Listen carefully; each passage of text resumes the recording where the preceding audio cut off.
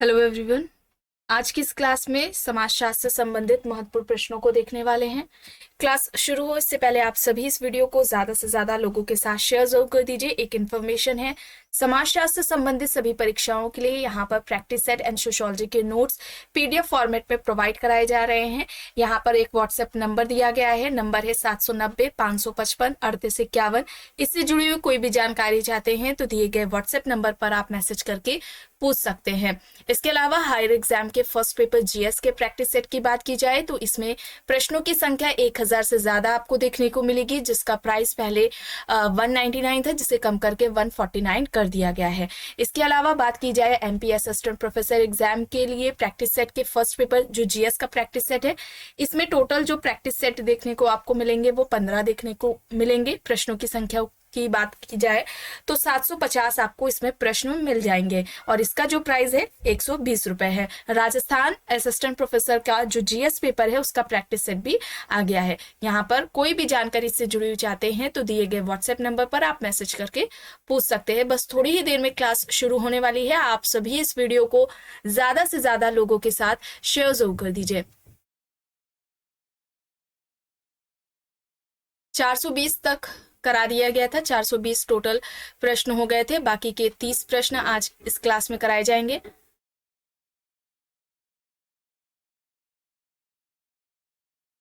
बस थोड़ी देर में शुरू होने वाली है। आप सभी इस वीडियो को ज्यादा से ज्यादा लोगों के साथ शेयर जरूर कर दीजिए। यहां तक देखिए हो गया था। प्रश्न है, एक परिकल्पना जिसमें दो स्थितियों, समूहों, परिणामों या किसी स्थिति की व्यापकता में कोई अंतर नहीं है तो इसे क्या कहा जाता है? वैकल्पिक परिकल्पना, शून्य परिकल्पना, वर्णनात्मक परिकल्पना या फिर संख्यात्मक परिकल्पना। कौन सा विकल्प यहाँ पर इस प्रश्न का सही उत्तर हो जाएगा? एक परिकल्पना जिसमें दो स्थितियों, समूहों, परिणामों या किसी स्थिति की व्यापकता में कोई अंतर नहीं है तो इसे क्या कहा जाएगा? वैकल्पिक परिकल्पना, शून्य परिकल्पना, वर्णनात्मक परिकल्पना और संख्यात्मक परिकल्पना यहाँ पर दिया गया है। सही क्या होगा? सही यहाँ पर विकल्प बी हो जाएगा, शून्य परिकल्पना। ठीक है, शून्य परिकल्पना होगा, बी यहाँ पर सही होगा।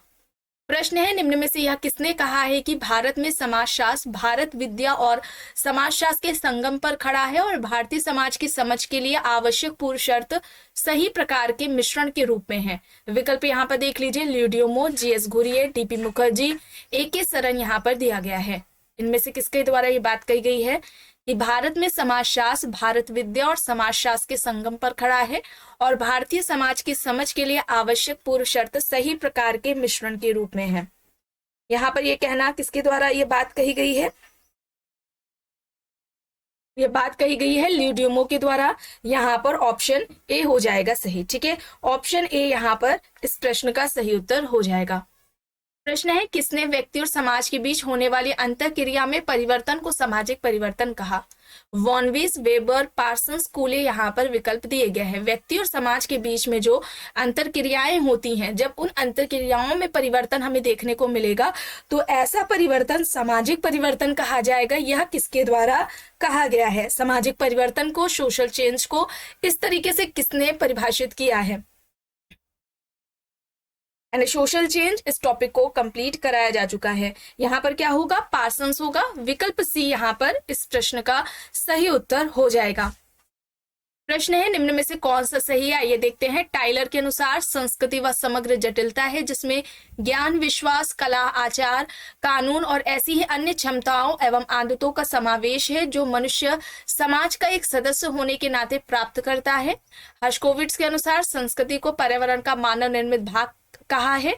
हॉबेल कहते हैं कि संस्कृति प्राणीशास्त्रीय विरासत का परिणाम नहीं है। उनके अनुसार, यानी हॉबेल के अनुसार, संस्कृति सीखे हुए व्यवहार प्रतिमानों का कुल योग है या फिर उपयुक्त यहाँ पर सभी सही होंगे।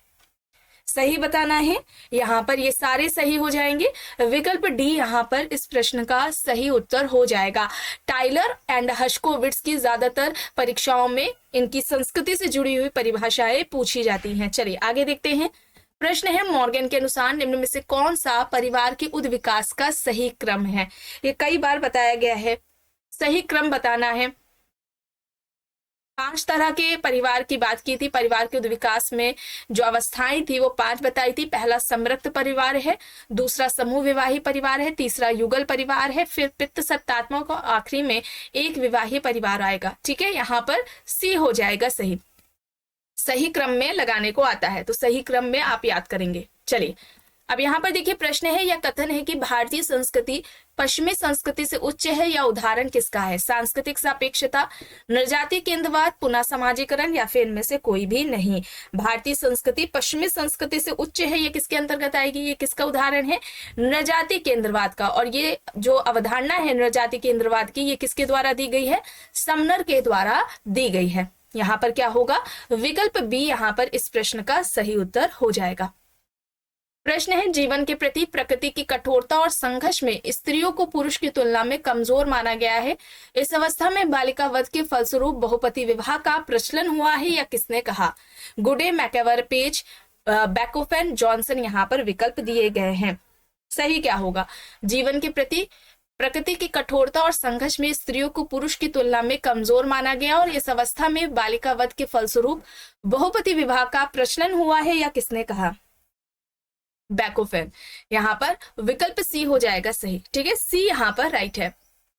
प्रश्न है, स्त्रीकरण व्यवस्था समान मूल्यों से उत्पन्न होती है, निम्न में से यह किसके द्वारा कहा गया है?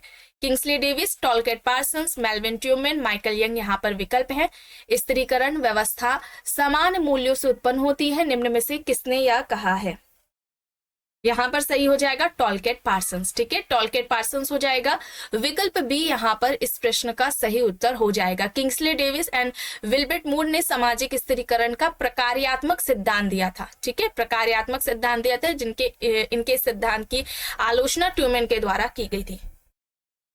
प्रश्न है, पुस्तक से संबंधित दलित इन मॉडर्न इंडिया पुस्तक के लेखक कौन है? विकल्प में Paul Wallace, S R. Charles, S M. Michael, T Scarlett Epstein यहाँ पर विकल्प दिए गए हैं। Dalit in modern India, Dalit in modern India, इस पुस्तक के लेखक कौन हो जाएंगे? किसके द्वारा यह पुस्तक लिखी गई है Dalit in modern India? S M. Michael के द्वारा। एस.एम. माइकल यहाँ पर सी हो जाएगा सही। प्रश्न है, यह किसका कथन है कि भारतीय इतिहास की संपूर्ण प्रक्रिया दर्शाती है कि जनजातीय तत्व समान समाज के साथ एक हो रहे हैं? विकल्प है Radcliffe Brown, D D. Kosambi, S S. Sarkar, या फिर इनमें से कोई भी नहीं। भारतीय इतिहास की संपूर्ण प्रक्रिया यह दर्शाती है कि जनजातीय तत्व समान समाज के साथ एक हो रहे हैं। किसके द्वारा यह बात कही गई है? भारतीय समाज की संपूर्ण प्रक्रिया दर्शाती है कि जनजातीय तत्व समान समाज के साथ एक हो रहे हैं, यह कहना डी.डी. कोशाम्बी का है। यहाँ पर बी हो जाएगा सही। ठीक है, बी यहाँ पर राइट है। प्रश्न है, निर्धनता अध्ययनों को समाजशास्त्रियों द्वारा प्रायः आलोचना की जाती है क्योंकि निर्धनता को सीमित नजरिए से देखते हैं। वे इसे गरीबी रेखा के रूप में परिभाषित करते हैं, परिवार में असमान हिस्सेदारी को स्वीकार नहीं करते हैं, या फिर उपयुक्त सभी यहाँ पर सही होगा। निर्धनता अध्ययनों को समाजशास्त्रियों द्वारा प्रायः आलोचना की जाती है क्योंकि यहाँ पर ये सारे होंगे। ठीक है, विकल्प डी यहाँ पर इस प्रश्न का सही उत्तर हो जाएगा। प्रश्न है, आलोचनात्मक सिद्धांत समानार्थी रूप से ज्ञात है? उत्तर संरचनात्मक समाजशास्त्र, उत्तर आधुनिक स्कूल परिप्रेक्ष्य, उत्तर औद्योगिक परिप्रेक्ष्य, या फिर फ्रैंकफर्ट स्कूल परिप्रेक्ष्य। कौन सा विकल्प यहाँ पर सही होगा? आलोचनात्मक सिद्धांत समानार्थी रूप से ज्ञात है, इससे संबंधित है फ्रैंकफर्ट स्कूल से। ठीक है, फ्रैंकफर्ट स्कूल से संबंधित है। इसे विवेचनात्मक सिद्धांत के नाम से भी जाना जाता है। ठीक है, विवेचनात्मक सिद्धांत के नाम से भी जाना जाता है। प्रश्न है, निम्न विचारों में से किसका हेबरमास द्वारा समर्थन नहीं किया गया? अधूरी परियोजना के रूप में आधुनिकता, वह आधुनिकता का प्रतिरक्षक है, वह आधुनिकता की संभावना के संबंध में मानव द्वेषी है, वह आधुनिकता को स्वयं के साथ भिन्नता के रूप में देखता है। निम्न विचारों में से किसका हेबरमास द्वारा समर्थन नहीं किया गया है? वह आधुनिकता की संभावनाओं के संबंध में मानव द्वेषी हैं। यहाँ पर ये गलत हो जाएगा, सी यहाँ पर राइट आंसर हो जाएगा। प्रश्न है, भारत में सामूहिक सौदेबाजी को कानूनी मान्यता निम्न में से किसके तहत प्रदान की गई? औद्योगिक विवाद अधिनियम, भारतीय ट्रेड यूनियन अधिनियम, कारखाना अधिनियम, औद्योगिक रोजगार अधिनियम। भारत में सामूहिक सौदेबाजी को कानूनी मान्यता निम्न में से किसके तहत प्रदान की गई है? कौन सा विकल्प यहाँ पर सही होगा? औद्योगिक विवाद अधिनियम। औद्योगिक विवाद अधिनियम होगा यहाँ पर ऑप्शन ए हो जाएगा सही।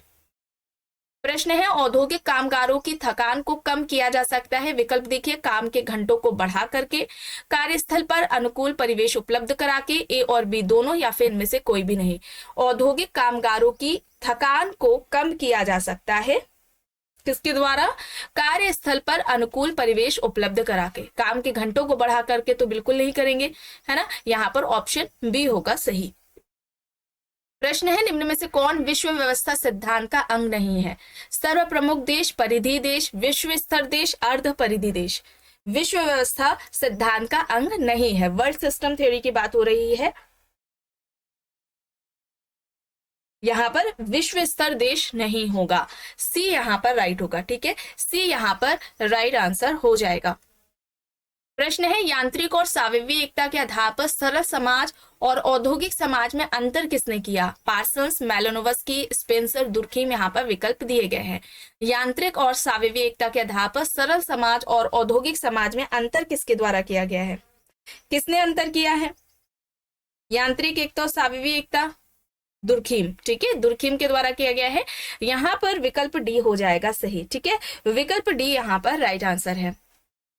प्रश्न है, किसने नातेदारी की इन प्रकारों की बात की है? विवाह संबंधी, रक्त संबंधी, विस्तृत नातेदारी। नातेदारी के 3 प्रकार, विवाह संबंधी नातेदारी, रक्त संबंधी नातेदारी और विस्तृत नातेदारी की बात किसके द्वारा की गई है? देखिए, यहाँ पर लेवी स्ट्रॉस है, हैविलैंड है, मॉर्गन है और रेडक्लिफ ब्राउन दिए गए हैं।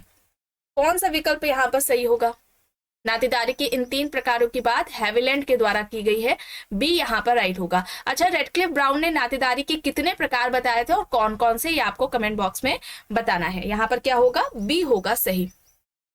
प्रश्न है, परिस्थिति संरचना व भूमिका संरचना के बीच सीधा संबंध है और दोनों ही एक दूसरे के पूरक है, या किसका तर्क है? विकल्प देख लीजिए, बेयरस्टेड, ब्रूमैन, सेल्जनिक, जॉनसन, लेंटन यहाँ पर दिए गए हैं। परिस्थिति संरचना व भूमिका संरचना के बीच सीधा संबंध है और दोनों ही एक दूसरे के पूरक है, ये किसका कहना है? किसके द्वारा ये बात कही गई है? जॉनसन। यहाँ पर जॉनसन होगा सही। ठीक है, जॉनसन होगा, ये याद रखिएगा। लिंटन को मत टिक के करिएगा, लिंटन यहाँ पर नहीं है। लिंटन ने हालांकि सबसे पहले स्टेटस एंड रोल, परिस्थिति एवं भूमिका की व्यवस्थित तरीके से बात की थी द स्टडी ऑफ मैन में, जो कि 1936 में इनकी पुस्तक आती है। परिस्थिति के 2 प्रकार बताए थे, प्रदत्त परिस्थिति और अर्जित परिस्थिति। यहाँ पर जॉनसन होगा सही, सी यहाँ पर राइट होगा। प्रश्न है, ऐसा दबाव जिसके द्वारा समाज अपनी सामाजिक व्यवस्था व स्थापित नियमों की सुरक्षा करना चाहता है, सामाजिक नियंत्रण के अंतर्गत आता है, ये किसका कथन है? Lapierre, Ogburn and निमकॉफ, Landis, Kingsley Davis यहाँ पर विकल्प दिए गए हैं। ऐसा दबाव जिसके द्वारा समाज अपनी सामाजिक व्यवस्था व स्थापित नियमों की सुरक्षा करना चाहता है और सामाजिक नियंत्रण के अंतर्गत आता है, यह किसका कहना है? यहाँ पर क्या होगा? यहाँ पर ऑगबर्न एंड निमकॉफ होगा, बी यहाँ पर सही हो जाएगा। विकल्प बी यहाँ पर राइट आंसर है। प्रश्न है, सहभागी तथा असहभागी अवलोकन की अवधारणा को प्रारंभ किसने किया? Kingsley Davis, Edward Lindeman, Linton, William J गुडे यहाँ पर दिया गया है। सहभागी तथा असहभागी अवलोकन की अवधारणा को प्रारंभ किसके द्वारा किया गया है? किसके द्वारा किया गया है? एडवर्ड लिंडमैन के द्वारा। यहाँ पर बी हो जाएगा सही। ठीक है, विकल्प बी यहाँ पर राइट होगा। प्रश्न है, विकसित एवं विकासशील समाजों में अंतर स्थापित करने के लिए प्रतिमान चरों का प्रयोग किसने किया? विकल्प देख लीजिए, किंग्सले डेविस, बी होस्लेट्स, W.E. मूर, टॉलकिट पार्सन्स यहाँ पर दिए गए हैं। विकसित एवं विकासशील समाजों में अंतर स्थापित करने के लिए प्रतिमान चरों का प्रयोग किसके द्वारा किया गया था? किसने किया था प्रतिमान चर का प्रयोग विकसित एवं विकासशील समाजों में अंतर को बताने के लिए? पार्सन्स ने। यहाँ पर डी होगा सही। ठीक है, डी यहाँ पर राइट होगा। प्रश्न है, सामाजिक संपर्क सामाजिक अंतरक्रिया की प्रथम अवस्था है, या किसका कहना है? Park, Gillin and Gillin, Blumer, Green. Social process सामाजिक जो प्रक्रिया है। जब इस टॉपिक को कंप्लीट कराया गया था तब वहां पर बताया गया था। सामाजिक संपर्क सामाजिक अंतरक्रिया की पहली अवस्था है। किसने कहा? सामाजिक संपर्क को सामाजिक अंतरक्रिया की पहली अवस्था किसने माना है? किसने माना है? गिलिन एंड गिलिन ने। सांस्कृतिक समाजशास्त्र की पुस्तक गिलिन की है, ये याद रखिएगा। पुस्तक भी इंपॉर्टेंट है, यहाँ पर बी होगा सही। प्रश्न है, प्रादेशिक और गैर प्रादेशिक समूहों के रूप में समूहों का विभाजन किस समाजशास्त्री ने किया? Ward, Park and Burgess, Johnson, Edward Sapir यहाँ पर विकल्प दिए गए हैं। प्रादेशिक और गैर प्रादेशिक समूहों के रूप में समूह का जो विभाजन है इनमें से किसके द्वारा किया गया है? या समूह के ये दो प्रकार किसने बताए हैं? Ward, Park and Burgess, Johnson, Edward Sapir यहाँ पर दिए गए हैं विकल्प। यहाँ पर सही होगा park and Burgess. Park and Burgess होगा बी, यहाँ पर सही हो जाएगा। प्रश्न है, किसने कहा है कि शिक्षा का अर्थ नई पीढ़ियों को औपचारिक रूप से सामाजिक विरासत को हस्तांतरित करना है? विकल्प में दुर्खीम, पार्सन्स, रेमंड, जिन्सबर्ग यहाँ पर दिया गया है। शिक्षा का अर्थ नई पीढ़ियों को औपचारिक रूप से सामाजिक विरासत को हस्तांतरित करना है। किसके द्वारा ये बात कही गई है? जिन्सबर्ग के द्वारा। यहाँ पर विकल्प डी हो जाएगा सही। जिन्सबर्ग यहाँ पर राइट है। प्रश्न है, लुईस वर्थ द्वारा शहरीकरण की स्थिति निर्धारित करने के लिए किन मानदंडों की पहचान नहीं की गई है? आकार, घनत्व, जनसंख्या की समरूपता और जनसंख्या की विषमता यहाँ पर विकल्प दिया गया है। लुईस वर्थ द्वारा शहरीकरण की स्थिति निर्धारित करने के लिए किन मानदंडों की पहचान इनमें से नहीं की गई है, ये पूछा जा रहा है। जनसंख्या का आकार, जनसंख्या का घनत्व और जनसंख्या की विषमता की बात की गई थी, समरूपता की बात नहीं की गई है। यहाँ पर सी हो जाएगा सही। ठीक है, सी यहाँ पर राइट है। नगरीकरण, नगरवाद, घेटों की अवधारणा ये सभी लुईस वर्थ द्वारा दी गई हैं। प्रश्न है, किसके अनुसार बाजार के नेतृत्व करने वाले शहरीकरण को धीमा करने वाले या हतोत्साहित करने के सभी प्रयास विफल और अनुत्पादक रहे हैं? विकल्प में है R E. Park, A G. Frank, Louis Wirth, Roger Jetter. बाजार के नेतृत्व करने वाले शहरीकरण को धीमा करने वाले या हतोत्साहित करने के सभी प्रयास विफल और अनुत्पादक रहे हैं। यह बात किसके द्वारा कही गई है? रोजर जेटर के द्वारा। यहाँ पर विकल्प डी हो जाएगा सही। प्रश्न है, एक निश्चित सामाजिक आवश्यकताओं की पूर्ति हेतु निर्मित भूमिकाओं एवं परिस्थितियों के एक पुंज के रूप में संस्था को किसने परिभाषित किया? मैकेवर, डेविस, समनर, स्मिल्सर यहाँ पर विकल्प दिए गए हैं। एक निश्चित सामाजिक आवश्यकताओं की पूर्ति हेतु निर्मित भूमिका एवं परिस्थितियों के एक पुंज के रूप में संस्था को किसने परिभाषित किया है? किसके द्वारा संस्था को इस तरीके से परिभाषित किया गया है? डेविस के द्वारा। किंग्सले डेविस यहाँ पर राइट होगा। बी यहाँ पर सही हो जाएगा। प्रश्न है, किसने देखा कि विज्ञान कभी भी संसार की वास्तविकताओं को स्थापित नहीं कर सकता है? इसका कार्य मिथ्या सिद्ध करना है और यह दिखाना है कि क्या नहीं है और क्या नहीं होगा। विकल्प में एंथोनी गिडेंस है, अमर्त्य सेन है, कार्ल पॉपर है, थॉमस एस कोहेन यहाँ पर दिए गए हैं। विज्ञान कभी भी संसार की वास्तविकताओं को स्थापित नहीं कर सकता है। इसका कार्य मिथ्या सिद्ध करना है और यह दिखाना है कि क्या नहीं है और क्या नहीं होगा। किसका कहना है? कार्ल पॉपर का। यहाँ पर सी हो जाएगा सही। ठीक है, सी यहाँ पर राइट है। आखिरी प्रश्न है, निम्न में से किसके विचार यूरोपीय घटना क्रिया विज्ञान और अमेरिकी अंतःक्रियावाद का समीक्षण है? देरिडा, एल्फ्रेड शुट्ज, लुईस अल्थ्यूजर, हेबरमास यहाँ पर विकल्प है। सही क्या होगा? सही यहाँ पर क्या होगा? यहाँ पर राइट आंसर क्या हो जाएगा? एल्फ्रेड शुट्ज। यहाँ पर विकल्प बी हो जाएगा सही। ठीक है, विकल्प बी यहाँ पर राइट आंसर हो जाएगा। तो आज की इस क्लास में बस इतना ही। आई होप ये आपको पसंद आई होगी। अगर पसंद आई है तो प्लीज लाइक करिएगा, कमेंट करके जरूर बताइएगा। चैनल पर अगर आप नए हैं तो चैनल को भी जरूर सब्सक्राइब कर लीजिएगा एंड इस वीडियो को जितना हो सके ज्यादा से ज्यादा लोगों के साथ शेयर भी जरूर करिएगा।